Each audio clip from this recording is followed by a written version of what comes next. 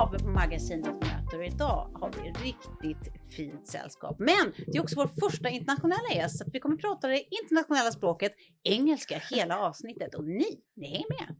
Exakt, Tove. So today we have an exciting guest joining us. Known for her inspiring journey, she has made a great impact in her field. In this episode, we will dive into her experiences, insights, and the lessons she learned along the way. So sit back, relax, and get ready to be inspired by the remarkable story of CEO of Brilliant Minds, Annastasia Seebohm Giacomini. Did I get Welcome. that right? It was perfect. Yeah? Much better than I ever could have in Swedish. So congratulations. Thank you so much. That's actually my biggest achievement of the day, which says a lot about the day. It sounds like a great day. Yeah. Well, it's so lovely for us to have you here. Obviously, we've been talking about Brilliant Minds a couple of episodes ago. That this is a summit that's like it's quite incredible for us as Stockholmers to actually have that kind of brilliant thinkers coming to Stockholm every year for such a summit. It's a beautiful summit, and it feels almost undeserving that we have your event here every year. That's a very Swedish attitude towards it. That's That's exactly why Brilliant Minds exists, is because we want to promote the Swedish values in a less modest way, so people know how brilliant you all are here. Yeah, well, that's nice of you. Fantastic. And maybe this also was a Swedish response. But anywho, now we're going to talk about Brilliant Minds quite a lot because we're so interested in this event. But also we're really curious about you because you are the CEO of this world-renowned event. Could you say there's like an elevator pitch to you, Anastasia? To me or to Brilliant Minds? No, to you to start with. Start with you. Straight in at the deep end. Not really. I would say, I was a very young female CEO. So I became a CEO at 30, and it was a large team, of 1,000. And this is my second CEO gig. So I had my second CEO gig before the age of 35.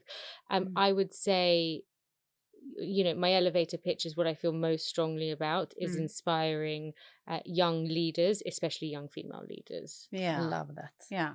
So that's kind of how you ended up here. So was it like something that just happened, events took you here, like a butterfly effect thing, or was it more like you had your eyes on this? A bit of both. I think, I started off as an executive assistant, and I got to watch the female CEO at the time, and I really got to learn everything, from the top. And then, of course, extreme hard work, dedication, commitment. How I got to Brilliant Minds is because I was invited as a guest, because I did have that young CEO role. I was invited as a guest in 2018 and 2019. So my first experience of Brilliant Minds was actually the other side of being on the stage, was as a guest. And it really did with me what it set out to do, which was bring me to Sweden for the first time, inspire me. I fell in love with Stockholm. I fell in love with the Swedish way. So it became an inflection point that then changed the course of my life, which is what it sets out to do for people. So really, the perfect case study for what it started to do. Yeah, you lived the brand. Yeah, Yes, exactly. definitely. And then I, came behind the scenes and on the stage. Yeah. That's an amazing Became story. the captain of the ship. Yes, exactly. Yeah. Exactly. And What a can you captain you start are. by telling me and us about the inspiration behind the founding of Brilliant Mind Foundation? Of course. So Daniel, Ek and Ash started Brilliant Minds 10 years ago now. And, really it was about, bringing their amazing networks and insight to Sweden and to Stockholm each year. In the beginning, it was also quite focused on tech and community and obviously music and creativity. And since then has grown. And now it's really about bringing together change makers and thought leaders across all disciplines. But again, what stayed true to our DNA and our core is bringing everybody together and really to promote, Sweden and Swedish values. Yeah, but also I think it's this place where values also make its way to an actual political agenda in a way that not all summits have the ability to do. but it feels like there's so many people there that are well connected and that have like access to their own like channels of opinions. You know, we pride ourselves on being kind of cross discipline. So it's not a tech gathering or a political gathering or a media gathering. It's about people that are the most influential and the most interested in their industries and fields. So the common theme is talent, but it's cross-discipline, and the common theme is curiosity and the power to influence, and if we can bring those people to Stockholm, we can educate them on some of the Swedish way of doing things, and then they can take what they've learned and what they've been inspired by out to their countries and their companies and their communities. Then we've made that little bit of change, and they can meet other individuals that have a similar mindset to them that might be from a completely different country or a completely different industry. And we can help build those connections. Because I think I'm not sure if I'm right by saying this, but my sense is that it started out being quite business centered, and it's turned into something that's very human centered. Would you agree on that? Yeah, I can't speak to exactly how it started. No. I can definitely say now it's absolutely, human centered. Really, especially post COVID and with AI. What we want is human connections. You bring people together, you inspire them with things that they might not have thought about hearing, or they get to hear from an expert. You put them in an amazing setting like the Swedish countryside, and they have a good time, because by the way, you can still have fun and you can still do good and build big businesses and enjoy yourself in the process. They're not mutually exclusive. No, not at all. And people forget that, it doesn't have to be this serious conference and gathering to create change or build connections. I remember I was visiting. I didn't live in Stockholm at that time when you started 10 years ago. And I was so amazed by the connections, exactly the things you're talking about. But it was also the music. Never been to a conference where it's actually like a fantastic artists playing, and even it's a different vibe. Yeah, and even the team do such an amazing job just on the stage production. Yes. These big screens, these vibrant lights. And you may have read or you may know, but we also try to expand our programming. And now on the Friday morning, so Brilliant Minds is the Thursday, Friday afternoons. On the Friday morning, we do a taste of Brilliant Minds for young adults. Yeah. 18 to 30 from different areas of Sweden, and we take some of our main stage speakers. It's the same stage, it's the same design, to really kind of experience that so uniqueness nice. of it. But how do you, obviously there are a lot of great initiatives out there that need support and needs to be shed a light on and everything. But how did you identify the projects that you actually want to fund and support? So the first is this taste of Brilliant Minds, because we thought, what can we do, to make this more inclusive, to make this broader? Who can really benefit from hearing some of these brilliant speakers? And we thought actually the young communities, people that wouldn't normally get access to hear Malala on stage, to see KD. So that's how that was inspired. And actually, I've got to say, it's my favorite part of Brilliant Minds, the energy in the room of 300 young adults just in awe. Just every time it moves me. When Naomi Campbell came to speak to them, to inspire them, that part of Brilliant Minds is really special. And then we do these other projects like the Ai Weiwei sculpture or the KD courts. Really, it's just born out of, what are our values? What do we feel passionately about? Who's within our network, and what can make a bit more of a lasting impact in Stockholm. And the courts with KD were really a kind of monumental moment, especially when he went to Tensta to surprise everybody. It was just amazing. Oh, can you name some of the speakers we will hear this year?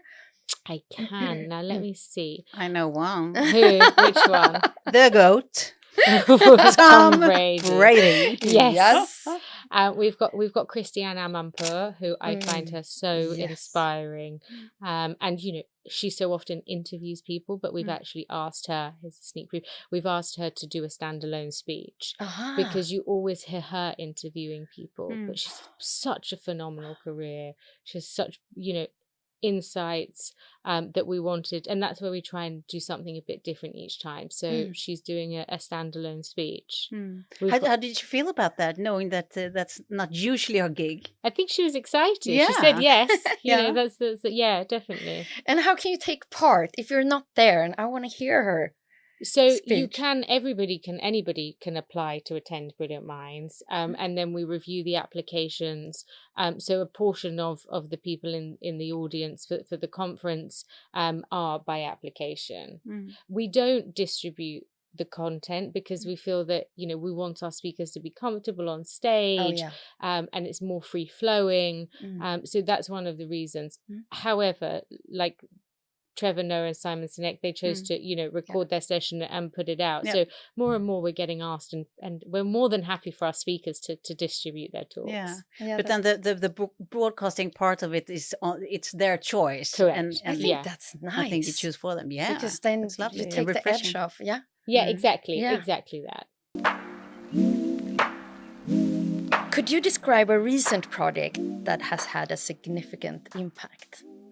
A recent project, I would say this year. So each year we have done a Brilliant Innovators competition. So it's a startup competition. Okay. We've done it for many years. We choose a winner. They then pitch on the main stage. We've had some of our judges fund some of the winners. So it's almost like a Dragon's Den kind of thing. Yes, a very friendly, very inspiring Dragon's Den. So that's had huge success. Some of these startups that have won have gone on to do amazing things. What I'm really excited about this year, for the first year, we have a competition called Brilliant Sounds. Okay. So for musical artists to submit and compete, and then the winner will get to perform on the main stage and the Taste of Brilliant Minds stage. So obviously it's a big opportunity for them, and then there's a mentorship program and other things the winner will receive. But it's multidisciplinary indeed. Yes, exactly. it is. Yeah. Because it's wonderful to have Tom Brady and Cristiano Ronaldo, but it's also really, really important to have somebody that's up and coming, somebody that's a highly influential doctor, somebody that is really passionate about what they're doing and it's really unique. So it's that mix that I think makes it special. For sure. And also on a personal level, I think I'm always really happy when someone actually funds and promotes cultural initiatives or culture in general, because the tendencies on a societal level is to do the opposite. At least in Sweden, the government stops funding or they cut their funding to a lot of cultural initiatives, and I think that's a trend that's worrisome. I think culture sits at the core of community. Exactly. When you're building community, when you're building human connection, at its core, it's culture. Yes. So it's highly political. Yeah. Without trying to do. We steer completely away from politics. So we don't have standing politicians on stage. That's the one thing. The Brilliant Mind stage is not a political stage at all. We don't want to be divisive. It wants to be inspiring and educational. But that in itself, one could claim, is political. Yes, that's true. Right? In that sense, we are. In a very good way. Can you share like a personal story? Because you seem like a person who also get quite personally involved in the things you set out to do. Definitely. Am I right? How can you not? It's what you're doing all day, every day, and thinking about, and I think unfortunately a lot of people do, or maybe it's not even unfortunately, maybe it's just a human thing to do, because you just go and hustle and but if you get to do something you're passionate about, then you get highly involved. Do you have like a personal story that has motivated you in your role as a CEO? You've done it twice now, you said. Well, it is really always the younger generations being inspired. I might get emotional now. The feedback we started to receive after a taste of Brilliant Minds, the emails that came in, I was depressed, I had lost motivation, this changed the course of my life. My Wow, community, really? you know, hasn't really ever been given this kind of positive attention. You've motivated, not me, Brilliant Minds has motivated us so much. You know, it inspired me to go out and get an internship. The emails that have come in from the young adults, you know, Malala did a Q&A. Some of the girls were crying, asking her questions, you know, just in absolute awe of the opportunity. And then you're like, that's amazing. That's power. Yes. That's power. It's just amazing. And that's probably been throughout my career. I've said this often, but a mentor of mine when I was in New York had a +1 policy. So whenever she was invited to, you know, a high-flying event with lots of VIPs, she always asked for a +1, and she brought somebody with her that would not normally have access to that room. So then I carried that forward with me. And whenever I have access to something and I'm able to bring somebody, I will always bring somebody that usually wouldn't be able to be in that room. It's quite the beautiful pay it forward movement. So simple. So simple. I am so going to start a +1. And then you never need to go to an event alone again either. But no, really, it's the exposure, hearing those conversations, building the confidence. And just being able to be an actual door opener for someone else is it's quite an achievement. It's something to be proud of, I think. Yeah, definitely. So, yeah, it's got to feel good. That's fantastic. So it's a +300 now to the taste of Brilliant Minds. Yeah. Exactly. What advice would you give to young entrepreneurs that wants to make a difference in their communities? In their communities? I think it's two things. I think authenticity. I don't think, you know, any of us can really make a difference unless we feel passionately and authentically about the thing we're doing. And then, you know, I still believe in good old-fashioned hard work. Yes. You know, it's just, I was first in, last out. You know, it's just good old-fashioned hard work gets you places. Equity could also get you places. It does. It completely does. No shortcuts. I don't think there are, or at least I haven't found them. No, I don't think so either. And I haven't really heard that many stories like the sunshine stories or success stories where hard work hasn't been like a major part of it. It's like it's a 20-year overnight success is you know that's what it always. And also I think that is something to tell the younger generation, because sometimes they miss out on that. Yeah, and you hear even with content creators, influencers, they've been posting for years. They've been putting out videos with no people watching. I think it's a tale as old as time, but hard work. Yeah, and the consistency. Correct. You never see the consistency in work. Exactly. Behind the scenes. Exactly. Quick results, or it doesn't work. Yes, exactly. Yeah. Okay. So, what motivated you? Because I don't know if you told me where you used to be CEO before this, but was it also in the nonprofit sector? Or? No, not at all. It was a company called Quintessentially. So it was luxury lifestyle, concierge, events, travel.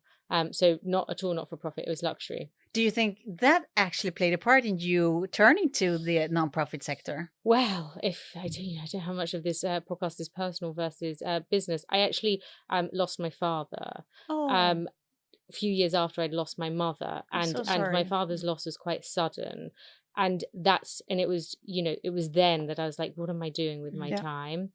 And that drove me into something more meaningful and impactful. And then the opportunity, I got the call, from Daniel and the team about this role. And I thought, yes, that's where I want to spend my time. Yeah. Almost like in divine intervention. Yes, exactly. Divine intervention. Yeah. But do you think were the thoughts already there before you got the call? Or No. I was, hard and fast Manhattan, in the office till 2:00 in the morning. No, I think it was the sudden loss where you start to think about the value of time. And how, you quite frankly, you do think about, all the moments you missed because you had to take a conference call or because you were so stressed. And I rethought about how I want to spend my time. And I loved my previous role. So incredibly grateful for it. It was time for something new.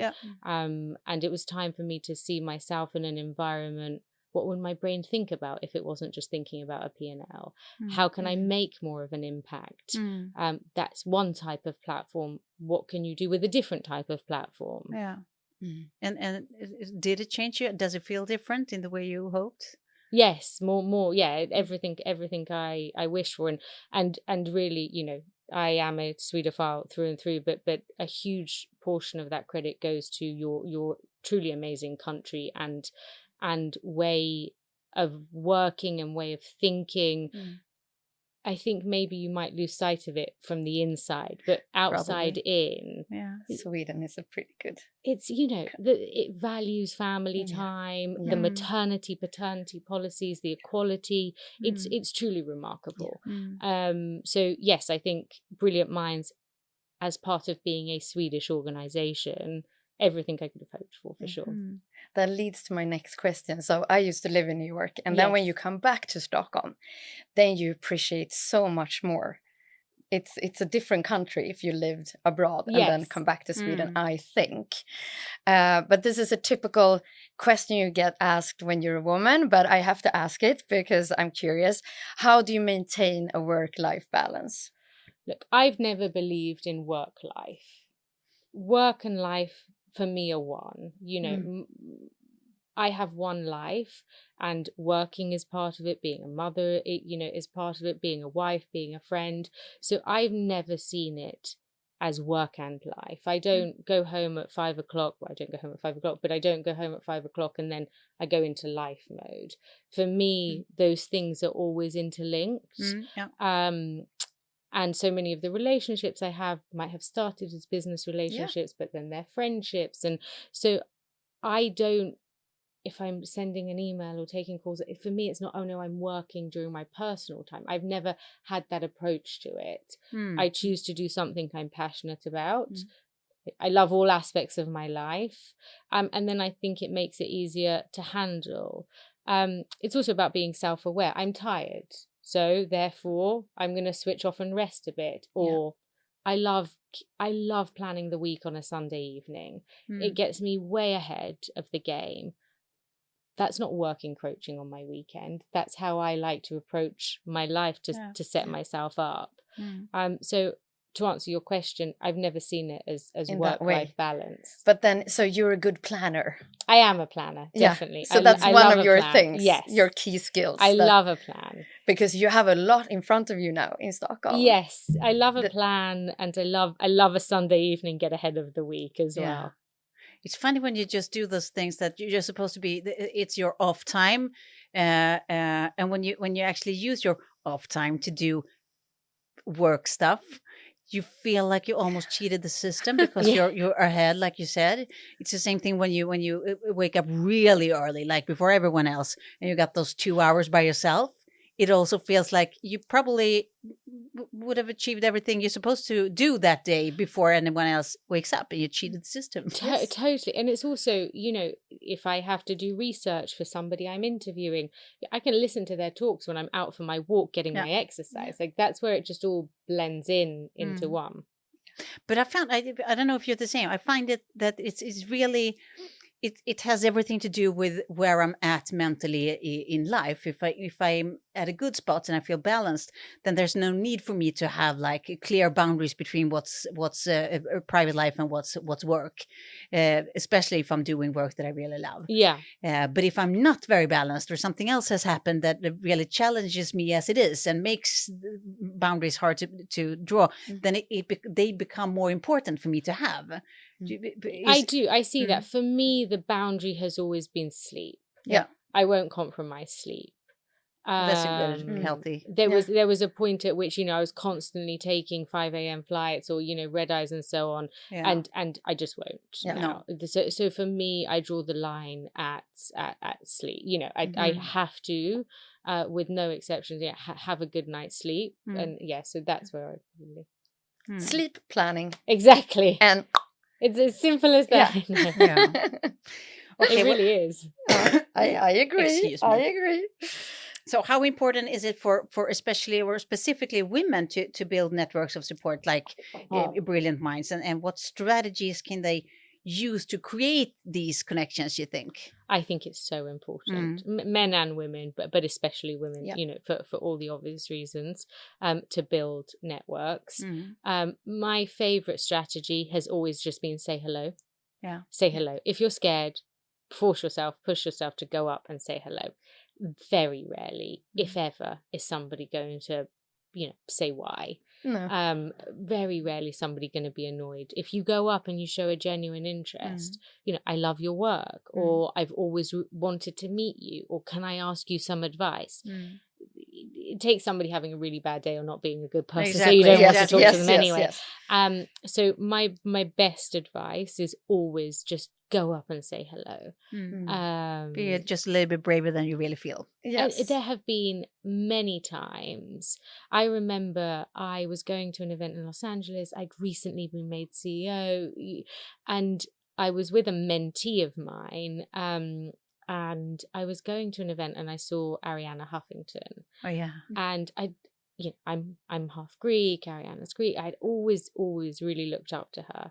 And I was like, go and say hello. And this mentee of mine, Coco, I was like, you can't leave and let Coco know that you didn't do it. No. And so I texted her, I said, Arianna's here.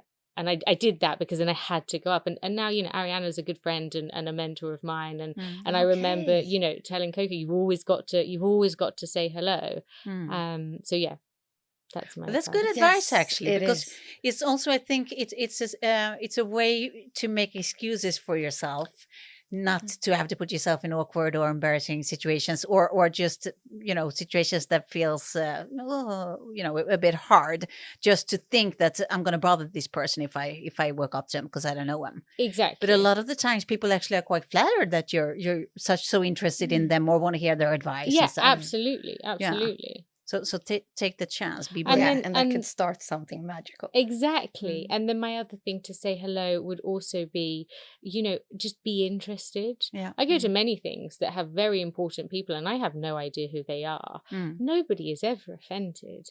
Everybody always, then they get to present, the version of themselves that they want. Yeah. So long as you have genuine interest in the people around you, people are happy to talk to you. Yeah. Curiosity. Never stop being curious. Exactly. It's the best. In private life as well. Yes, always. It's true. It's true. Definitely. But also, I think if I can add to that, do you think also in these kind of circles, I'm just coming back to the fact that you have this policy of +1 that you adapted and that I think we both heard. Note to self. Maybe generosity is something that's very important in this in these types of questions as well, building female networks. To have like this generous, what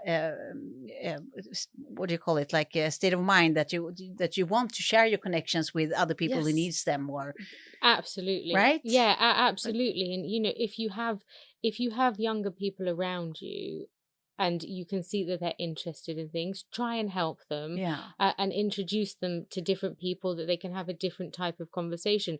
But also likewise, if it's a younger person listening to this and wondering how, just ask. Like send out 5 text messages, send out 5 emails, send some DMs. I got a lot of DMs. I posted about people coming to Taste of Brilliant Minds if they wanted. I got lots of DMs. I also got one from somebody that was like, last year I was lucky enough to be invited to the main conference. It changed my life. All of the, can I come back? Of course, I said yes. I'm not going to say no, am I? If there's space, I'm delighted to. So you just have to send that message. Yeah. Have you had a good fortune of having generous people or women around you? Yes. Yeah. Hugely. Always. I have been, and men. It's really important to say that I have worked for many great men, and Daniel, is no exception to that. I have been very lucky to have great women and men around me. I'm always willing to give advice, to make an introduction, to share an opinion. Yes.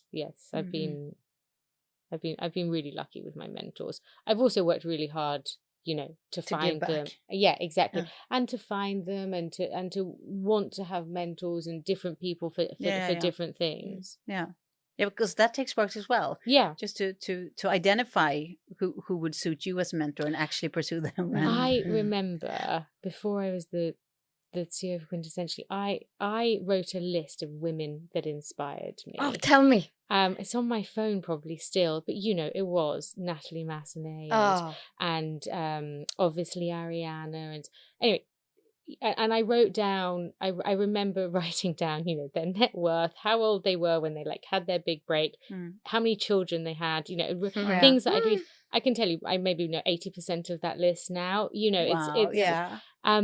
But I did this research. So then when I was meeting people, or I had people to aspire to, for me, it was important that somebody was a really successful business person, woman, and also a mother. I always knew that I wanted that.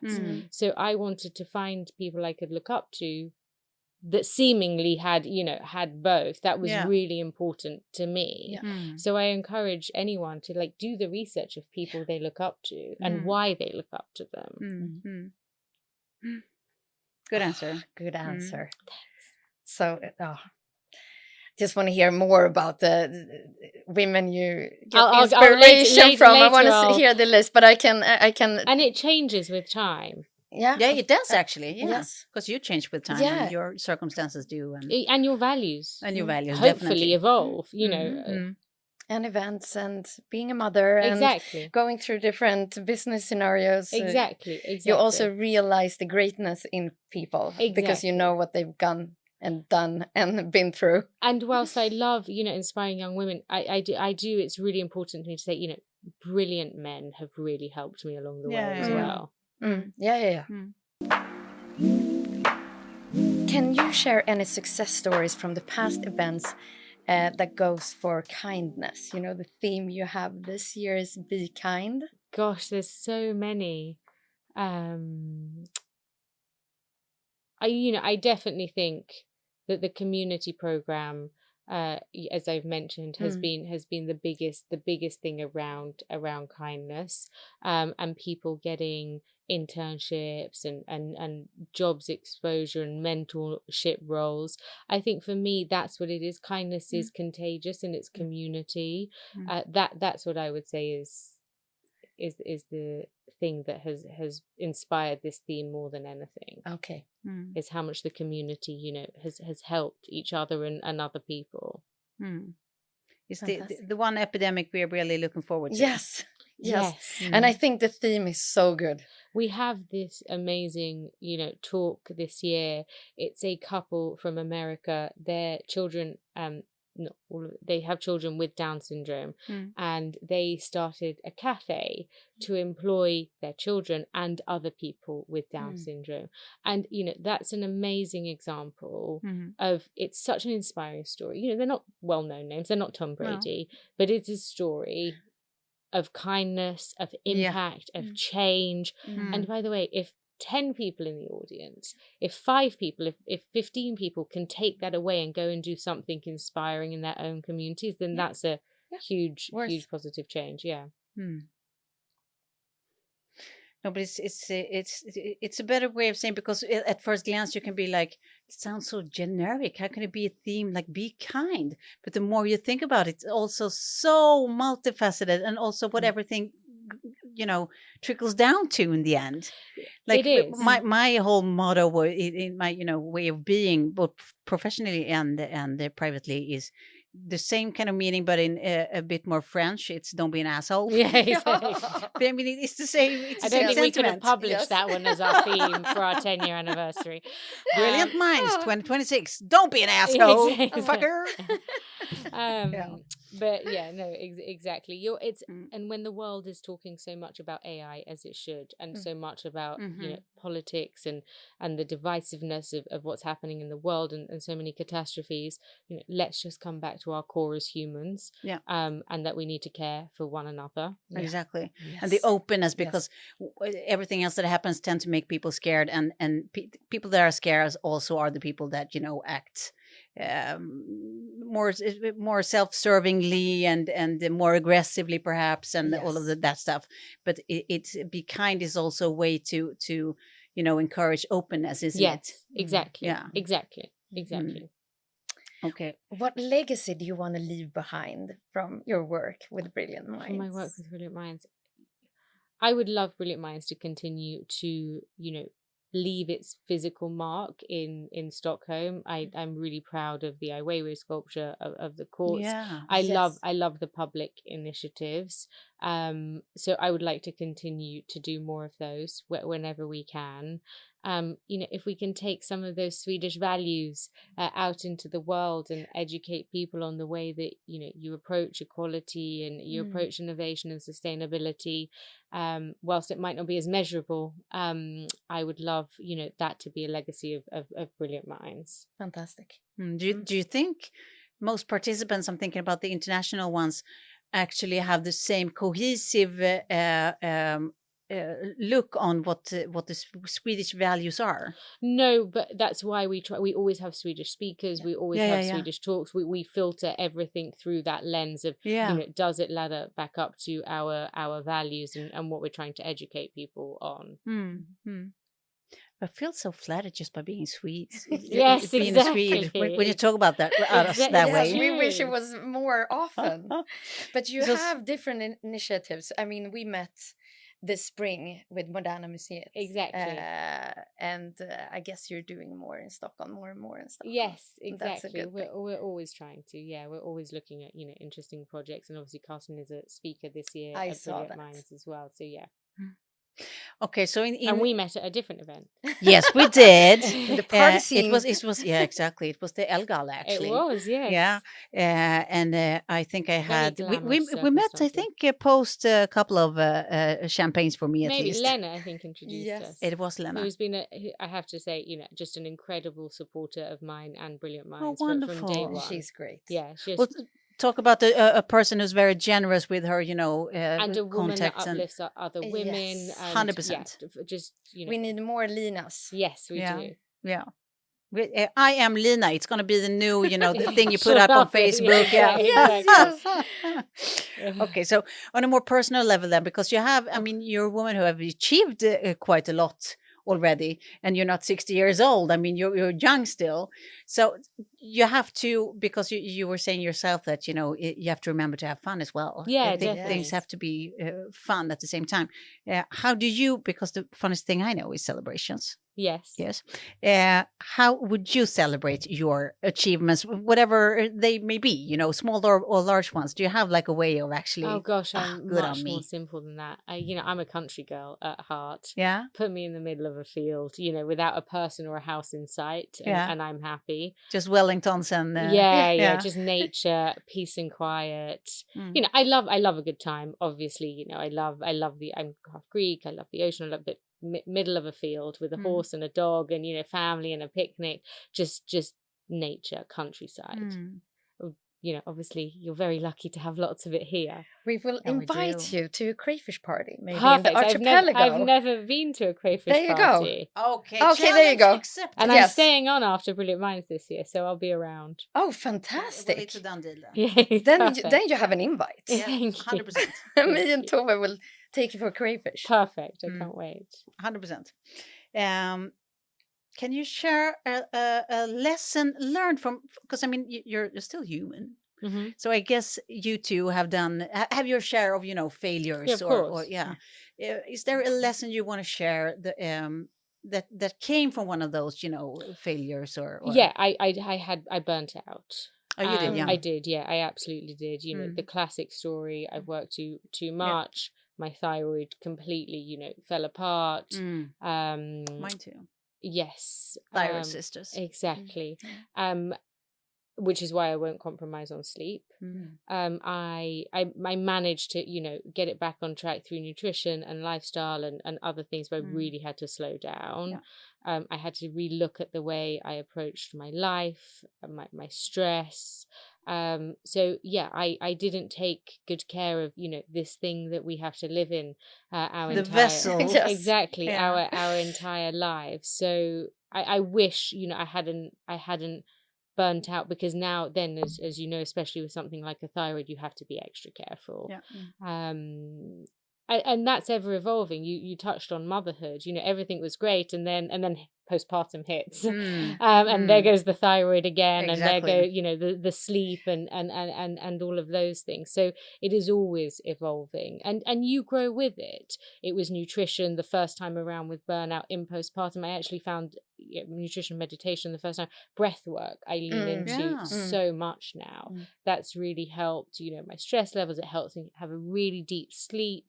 And all the different techniques you exactly. can use in different Thank God situations. For YouTube. Exactly. YouTube, Spotify, all those things where you can access everything and be guided on things. Do you use that daily? Would you say? I do. Yes. Yeah. Yes.